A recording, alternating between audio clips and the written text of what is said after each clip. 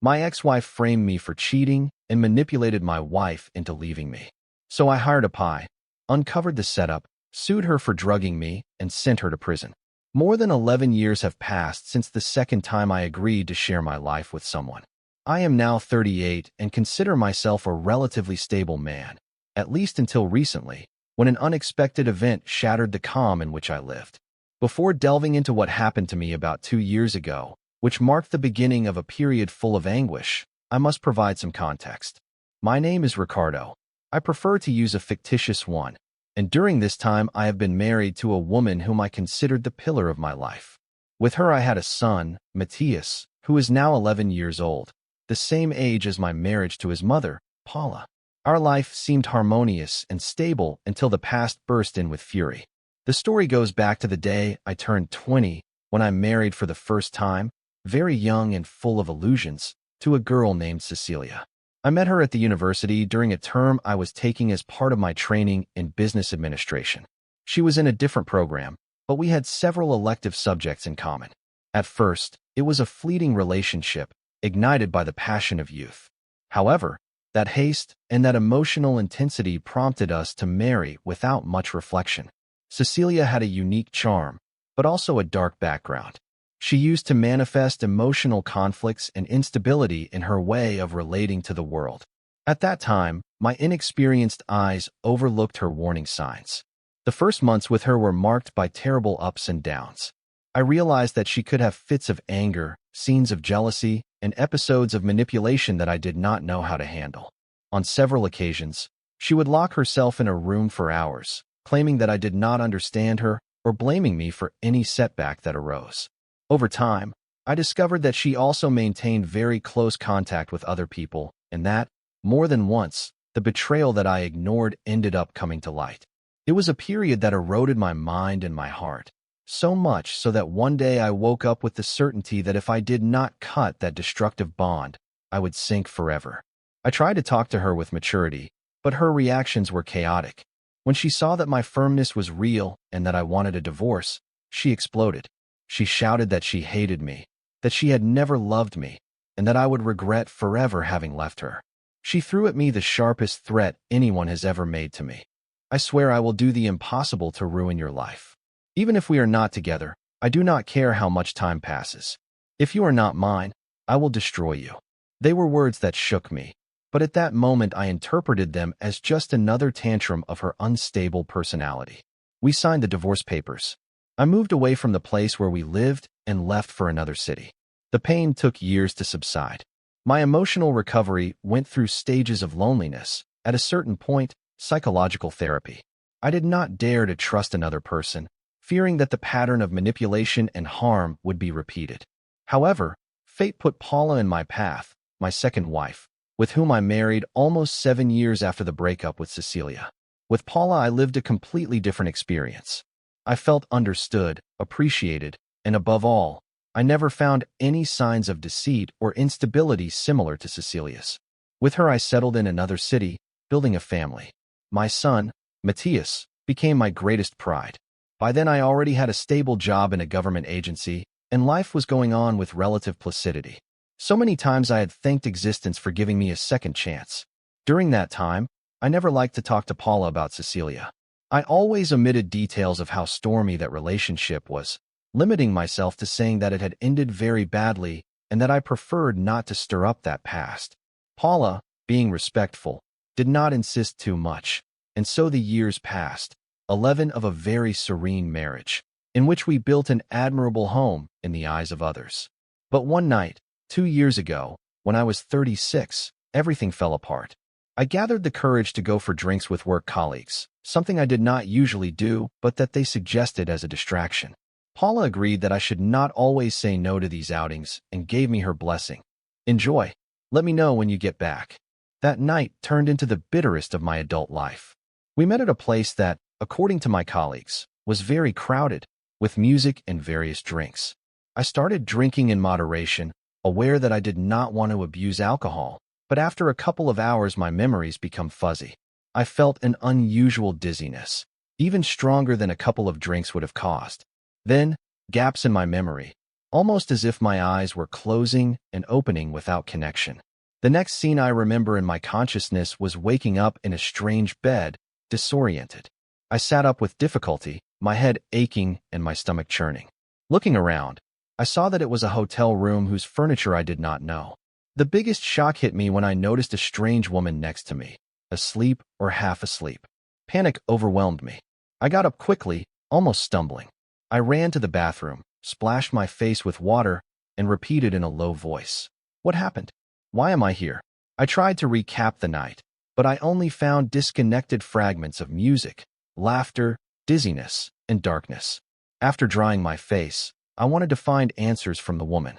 I asked her if we knew each other, what we had done, if I had been so thoughtless as to forget my family life. In an agitated tone, she replied that she did not really understand how she had ended up in that bed either. She said she thought the party had gotten out of control, that someone might have put something in our drinks, but she was not sure. She sounded nervous and, after stammering something else, she fled the room, leaving the door open. I could not even stop her. I was left in a state of absolute shock, unable to process anything. I left the hotel feeling dirty, invaded by an irrational terror. What just happened? I kept repeating. I could only manage to take a taxi and head home. During the trip, I thought about explaining the situation to Paula, about confessing my total ignorance of what had happened. My conscience screamed at me that I was innocent of any voluntary act of infidelity, that I had not planned to be with anyone, but I still felt guilty, as if I had allowed myself to get into that mess. When I reached the door of my home, I was alarmed. The curtains were drawn, and in the living room I could hear people talking, or rather, arguing. I entered. The scene startled me. Paula was crying, her face distraught, looking at her phone, and next to her, on the couch, sitting very calmly, was my first ex-wife, Cecilia. She looked almost the same as I remembered her, except for a few expression wrinkles and a more sober demeanor. When she saw me, Paula made a grimace of anger and pain. Cecilia, on the other hand, maintained that air of poorly disguised complacency. My heart pounded, not understanding how Cecilia was there, in my house, talking to the woman I love.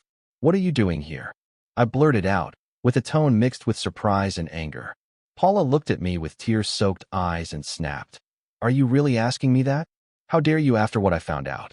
Do you think I am stupid?" I was so stunned that I did not know how to answer. I remained silent, trying to figure out what they knew. It was Cecilia who broke the tension, dropping a sentence that shook me. "Ricardo has always been like this, Paula. He blames others when he messes up. I swear I understand you. If you need comfort, I am here to help you." I wanted to reply, to accuse her of manipulation, to tell her not to speak in my own house. But Paula turned to me with a furious gesture. "Do not disrespect her. She is the only person who has been with me this morning, the only one who showed me the truth. You are a liar, a deceiver. How could you sleep with another woman in a hotel?" she shouted. I went cold. Then I understood that Paula had some photograph or proof of what had happened. Maybe Cecilia had provided them or had taken them herself. It was a moment of panic. I started making excuses, telling her that I did not remember anything and that I suspected a plot. Paula raised her voice. "You are a manipulator, Ricardo. That is your specialty, playing the victim. Wherever you look, you always have the excuse that someone did something to you. You are immature."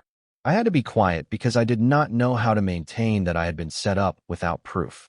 Cecilia, sitting, looked calm, taking Paula's hand, and said to her, "You see? He says he is not guilty of anything. It is his pattern." I, with my blood boiling, pointed at her. "You promised you would ruin my life. I know this is your fault. It was your plan from the beginning." Paula stood up and demanded that I not shout at Cecilia. "She is here to support me. Do not come to me with your conspiracy theories. She already told me how you behaved with her, how you always accused her of your own mistakes. I am sick of your lies. I want you to leave this house," she declared with a trembling and energetic voice at the same time. That ultimatum left me without a reaction. I tried to reply, but her gesture was enough. I understood that the atmosphere was not in my favor. Any of my claims would fall on deaf ears. Seeing Cecilia gloating, a dull anger invaded me. However, I preferred to leave so as not to aggravate the conflict. With a broken heart, I left, wishing it was all a nightmare. I went to my friend Hector's house, who received me with astonishment. As soon as he closed the door, I burst into tears, telling him in stumbles what had happened. He listened to me with attention and astonishment because, in his opinion, I was not someone who needed to seek adventures, much less at the expense of my family. As a faithful ally, he told me that he trusted my word and that he would do his best to investigate further, but that the situation was serious. And serious it was, indeed. In the following days, my phone did not stop ringing with calls from close relatives, reprimanding me. I felt that everyone had found out about my alleged infidelity, and no one gave credence to my version. I limited myself to crying in silence, feeling defeated. I tried to call Paula repeatedly, sending her messages in which I swore I remembered nothing, begging her to let me explain. I received no response. The final blow came when, after a couple of weeks of absence from my home, a process server showed up at the door of Hector's apartment to hand me the papers for the divorce process. Divorce? I repeated in disbelief. Upon reading the lawsuit, I realized that Paula was asking for a total separation based on flagrant adultery, with alleged photographic evidence of my presence in that hotel with another woman, among other details. I was frozen, broken. I felt the ground open up at my feet. Desperate, I went out to look for Paula. I found her by chance near the house, accompanied by our son, Matthias. He looked at me with some confusion, not understanding why I had not returned home. Paula, with a serious face, asked me not to make a scene for the sake of the child. I begged her to talk for a few minutes alone. She half agreed, asking Matthias to stay in a nearby bakery while we talked separately. We went to the side of the street, and I asked her in a pleading tone why she insisted on not believing me, that I was the victim of a deception. I began to relate, in a stumbling babble, details of my past with Cecilia, how she had sworn to ruin me, how it seemed so strange to me to wake up in that hotel room with no memory. Paula, with a hardened face, shook her head. I do not believe you. You never told me anything about your previous relationship, nor did you open up your life to me. Now you expect me to believe that this woman planned everything to frame you. I am not naive. After 11 years, is this what you give me in return? Her eyes welled up, but she remained firm. I will not talk about this topic again. Our relationship is over.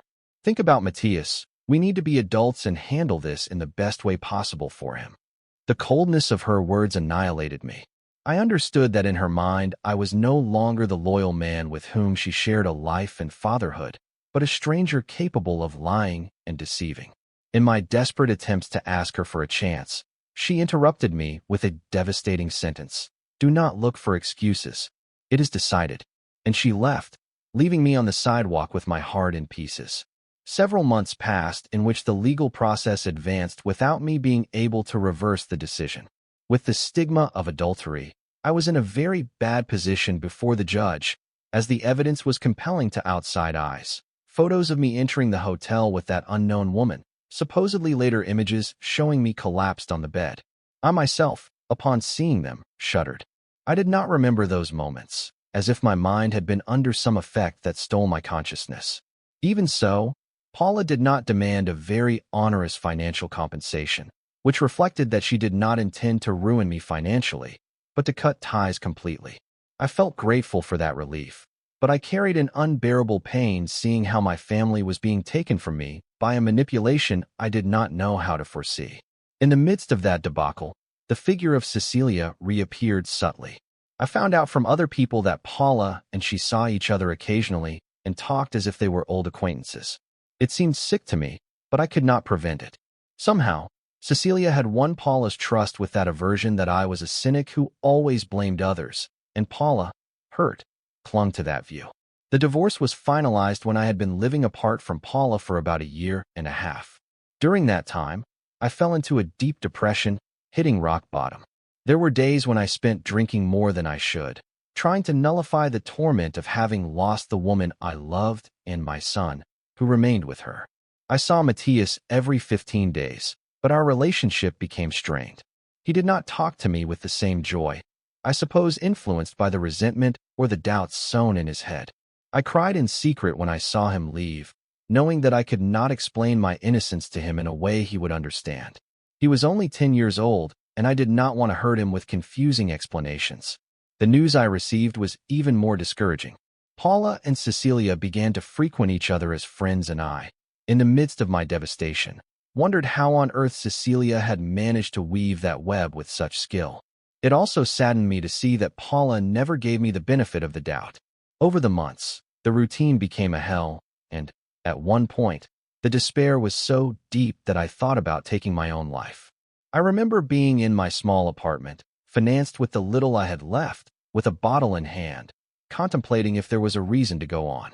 It was a friend, Hector again, who intervened at the crucial moment and rescued me with his words, with his encouragement. He hugged me and convinced me that life was still worth living, even if everything seemed in ruins. From there, I decided to at least stabilize myself a little so as not to fall into an abyss again. I resumed my attendance at work with discipline, accepted a promotion that involved greater responsibilities, and made a gradual change in my lifestyle. I returned to the gym, giving up excessive alcohol and focusing on regaining my physical health. The days continued to pass, and, with immense effort, I found a faint tranquility. It was not even a shadow of the peace I had lived with before that event, but it allowed me to stay afloat. Time ran on until almost another year had passed after the divorce was finalized. I found out by chance that Paula was seeing someone else. I had confirmation one afternoon when I went to pick up Matthias and saw a middle-aged man in a stylish jacket leaving the house. He said goodbye to Paula with a kiss on the cheek and gave her an affectionate gesture. Immediately, a knot of jealousy and pain squeezed my chest. For a second, I saw a slight discomfort in Paula when she noticed my presence, but she said nothing to me. "I introduce you to Jorge, a friend," was her entire explanation, which did not seem credible to me. I preferred not to ask more, assuming that my life had to go on just like hers, each on our own path. That night, I had trouble falling asleep. I thought that, despite my effort to move forward, it still hurt me to see Paula with another man. But I understood that at 37 I could not remain anchored in nostalgia or resentment. Still, the wound remained open, especially when I remembered that it all stemmed from a vile act orchestrated by the person I was married to at 20. I decided to reread some philosophy I had discovered, the tenets of Stoicism, which emphasize controlling what depends on you and letting go of what does not. I took it very seriously, repeating to myself that I should not lose my calm over what was beyond my control. That practice gave me some inner relief. At the gym, where I trained 4 times a week, I met a woman named Elena who also worked in the same office sector.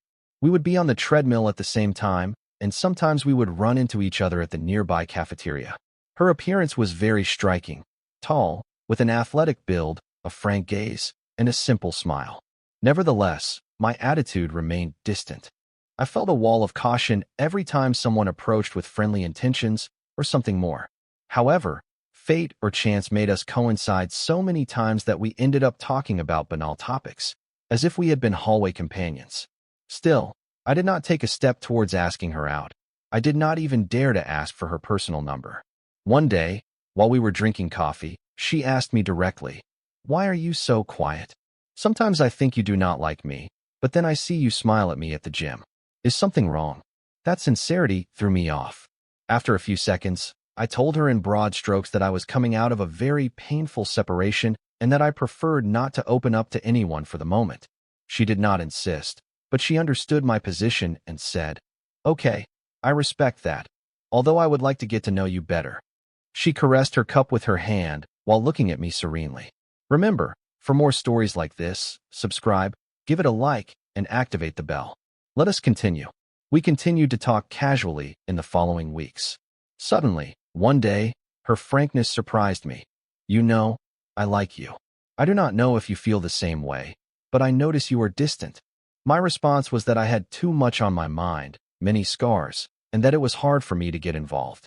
She, instead of walking away, told me that she also had a tormented past. She had suffered psychological abuse from an ex. That confession made me feel the empathy I had so longed for. Hearing her story prompted me to tell her mine in more detail. I explained my first marriage at a young age with Cecilia, her promises to harm me, and how, after many years, my ex appeared and managed to separate me from the woman I loved through a cunning framing plan. With a tone of shame, I told her that I was not able to prove my innocence because I did not have conclusive evidence that they drugged me or that it was all a setup. I clarified that I had no intention of harming Paula with my story, but I did need someone to know the truth.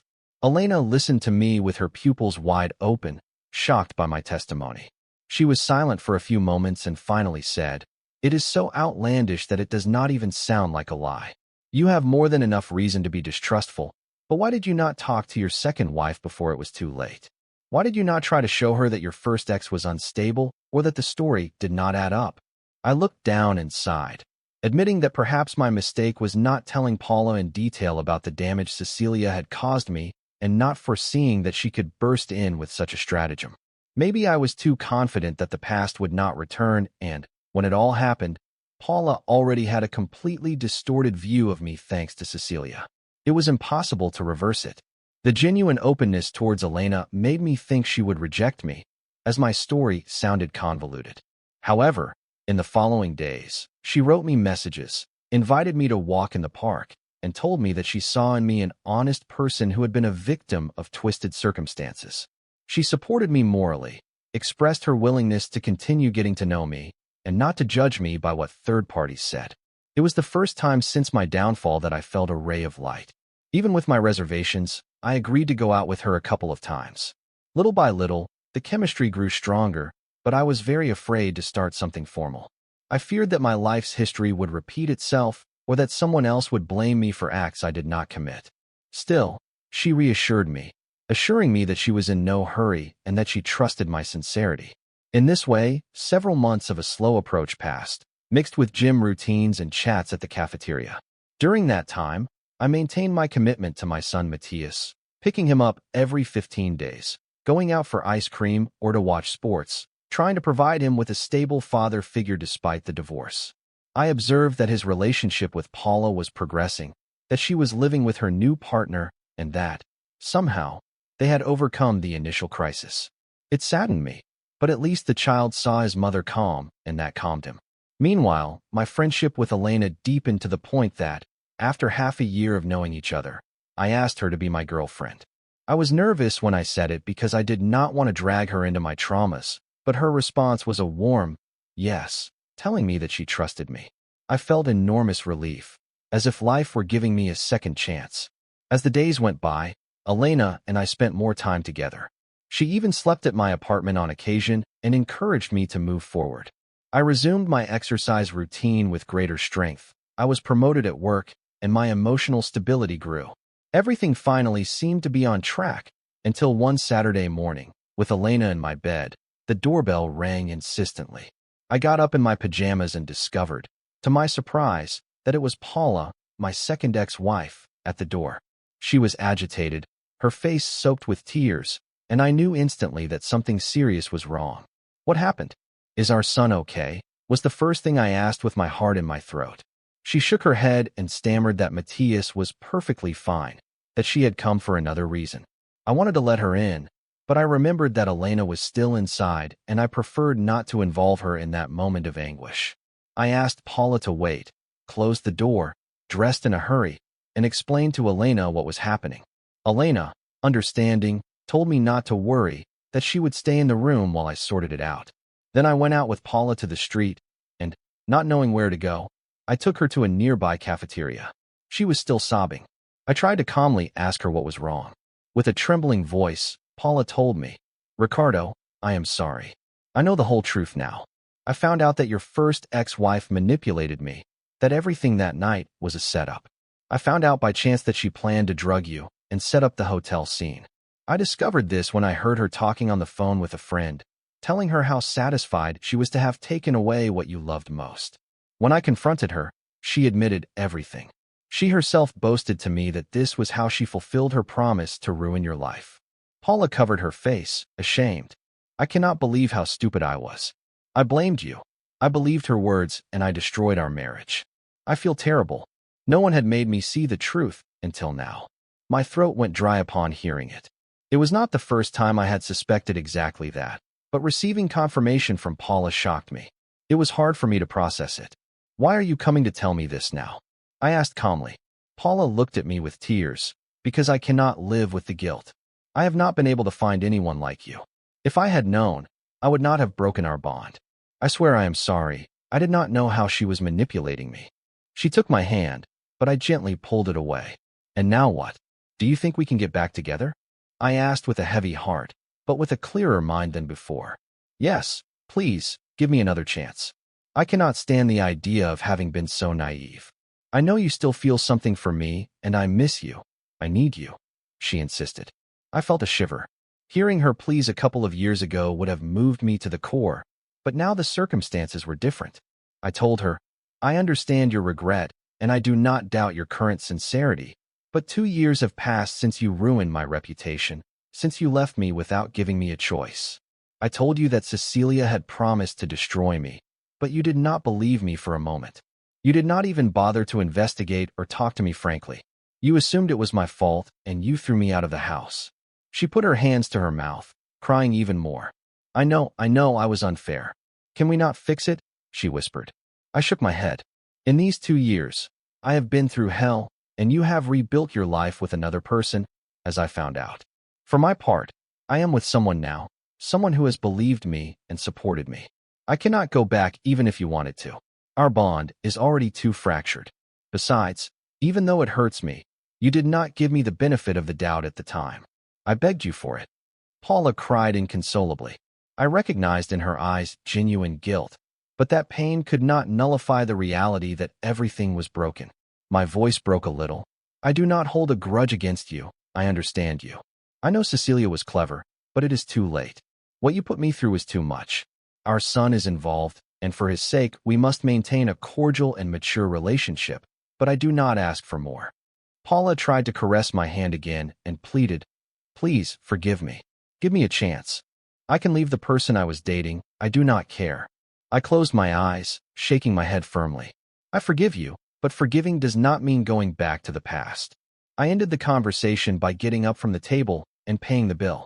I said goodbye with a hug and left, leaving her there with her remorse. It was a strange feeling, mixing my own resentment with the compassion of seeing her repentant, but I was no longer the same man, and my feelings were placed in another person. I returned to my apartment, where Elena was waiting for me, somewhat anxious. I told her what had happened at the cafeteria. I explained that Paula finally knew the truth and asked me to come back, but that I did not accept. She listened to me, nodded, and asked me if I was sure of my decision. I told her yes, that in these 2 years I understood that trust can be irreparably broken, and that, even though Paula had been manipulated, she showed no willingness to believe me or to investigate. Elena sighed with relief, confessing that she feared my ex would stir up feelings that would put our relationship at risk. I confirmed that my heart had calmed down a long time ago, and the only thing I longed for was to regain peace with Matthias and move on with my life. She hugged me tightly, and we remained in silence. As the weeks went by, my mind could not stop thinking about Cecilia. How could someone be so cold-blooded as to plan such a level of deceit? It was then that the flame of the search for justice was rekindled in me. I remembered that at the time I had suspicions that I had been drugged, as that unusual dizziness and those memory gaps were not normal for a simple drunk. I thought that if there were accomplices, maybe I could prove that they had set me up, and, in an act of determination, I contacted a private investigator. I wanted to know if it was feasible to gather evidence or testimonies from the people who were at the venue that night or from the unknown woman I appeared in bed with. I knew it was a risky plan, but time had strengthened me. My first meeting with the investigator was in his office, a simple place where I told him everything. The story of my first ex-wife and her promise to ruin me. The trance I experienced when I could not remember anything about that night at the hotel, the photos that came to light, and so on. He took notes with a serious face. It could be something complex. 2 years have passed, he said, but it is not impossible, especially if there are people who participated involuntarily and are willing to talk. Let me see what I can do. I gave him a financial advance and my version with some names and dates I had kept, and with that we began the investigation. At the same time, I consulted with my lawyer to see if there was a possibility of filing charges against Cecilia for defamation, substance tampering, and any other legal figure that might apply. At first, my lawyer was cautious. These are serious accusations and we need very solid evidence. Otherwise, it will come to nothing. I told him that the investigator was gathering information. He promised to study the documentation that was obtained to see if we would file a formal lawsuit. I had a hunch that, After her confession to Paula, Cecilia would not be so careful to hide things. The days passed, and, after a couple of months, the investigator informed me of a revealing discovery. He located two individuals who, it seemed, worked in security at the bar that night, and one of them remembered seeing Cecilia and the unknown woman lurking in the area where I was with my friends. He also mentioned that the woman was carrying a small vial with which she supposedly mixed something into my drink, and that they then accompanied me out of the place. The most shocking thing was that this witness said he had not intervened because he assumed they were with me consensually, but my state of semi-consciousness struck him as odd. The investigator proposed to convince these people to testify. Simultaneously, he managed to find the unknown woman. It turned out she was an acquaintance of Cecilia. Under some pressure and a financial incentive, she admitted that she had participated in the plan to get me entangled in the hotel room, although she swore she was unaware of the magnitude of the damage it would do to me. They just asked me to pretend we were together, to get out of there as soon as you woke up. They told me you would not remember anything. Her statement was recorded in a signed document. That testimony was compelling. With that basis, my lawyer and I initiated the process to press charges for slander, beverage tampering, and intentional harm. Cecilia received the legal notification, and her reaction was not long in coming. She tried to call me repeatedly, sent messages seeking a rapprochement. Even, in one of those attempts, she wrote to me, "I did it because I love you. I cannot stand you being happy with another person. Do you not understand that my love for you is enormous?" But after all I had been through, I felt no compassion whatsoever. I let the process take its course. A preliminary hearing was scheduled where Cecilia tried to portray herself as a victim, arguing that I had been manipulating her since we were young and that she had only exposed me. But the witnesses the private investigator had gathered told the true version. They confirmed that they saw me in a state of no consciousness, that the woman took my hotel access card, a duplicate obtained in a shady way, and that it was all a setup. Cecilia was left with no coherent defense. When the testimonies of the unknown woman and the security personnel were added, her guilt became evident. The sentence against her was not long in coming. The judge sentenced her to 10 years of imprisonment for several charges that included, among others, substance manipulation and intentional damages that led to the destruction of my family life. Upon reading that verdict, I experienced a formidable relief, as if justice had finally been done. At least, what happened was exposed before the law. I know that no one would give me back Paula or my years of tranquility, but the moral closure I was looking for was achieved. Cecilia, upon hearing the ruling, shouted my name, begging me to forgive her. She said she did it out of her obsession, that she did not want to lose me. I ignored her. I did not feel hatred, but the feeling that everyone reaps what they sow. After the sentence, I breathed a different air, with the calm of knowing that my truth had come to light in a court of law, and that Cecilia could do no more harm. That same week, I told Elena what had happened, who hugged me, moved, acknowledging how necessary that victory was for my healing. And in an act of bravery, I decided to formally introduce Elena to my son, Matthias. I wanted to integrate her into my life in a transparent way. Paula, now with the truth in her hands, placed no obstacle and let Matthias spend a full weekend with me and my girlfriend. The meeting was intimate. We went to a restaurant to eat and then played in the park. Matthias seemed comfortable with Elena. He asked her curious questions, and she answered him with warmth. For me, contemplating that scene was a balm. I truly began to believe that I was closing a terribly painful cycle to enter a new stage where, although I would never be the innocent man I was before, I could aspire to serenity. Knowing that Cecilia would pay for her conspiracy gave me the peace of knowing that, at least, justice is not always a chimera. That week, when I said goodbye to Matthias, I hugged him tightly and told him that, despite what had happened, I would always be there for him. He gave me a sincere smile that moved me. I got into the car with Elena, and she spoke to me in a low voice. "I am glad to see you like this, with your head held high. You deserve the happiness that life denied you for so long." I smiled at her in gratitude. That night, when we went to bed, I hugged her in silence, remembering how far I had come on the path of reconstruction.